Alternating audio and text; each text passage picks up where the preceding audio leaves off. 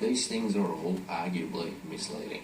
Stay just 1 minute longer than you paid for, and you're looking at a hefty fine.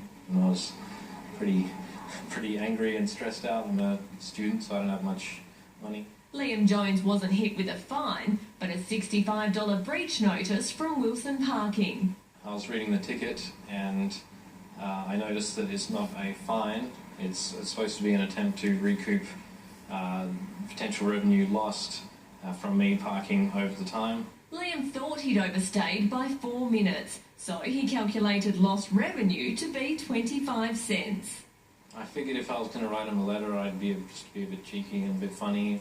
He later realised it was actually an hour and 4 minutes, so he adjusted his compensation. I'm going to send them the $3.50 with the letter and telling them I was wrong and this is how much I owe them. According to Wilson Parking Australia, Liam's fine is standard practice. When customers decide to park in one of their bays, they're entering into an agreement, either pay for the duration of their stay or be issued with a fine. This is a case of the little guy taking on the bigger business and this time drawing blood. Simon Creek from HHG Legal Group says Liam's actually got a valid point. To be frank, they've got no obligation to pay it as a fine because there isn't one. Unlike government authorities, private companies like Wilson Parking don't legally have the right to enforce fines. At best, it can argue, as it has done here, that there's a contract between you and them and that if you breach the terms of the contract, you owe them some money. Simon says if you don't pay up, the chances of the company taking action are unlikely but not unheard of. Every now and then, Wilson will make an example of someone.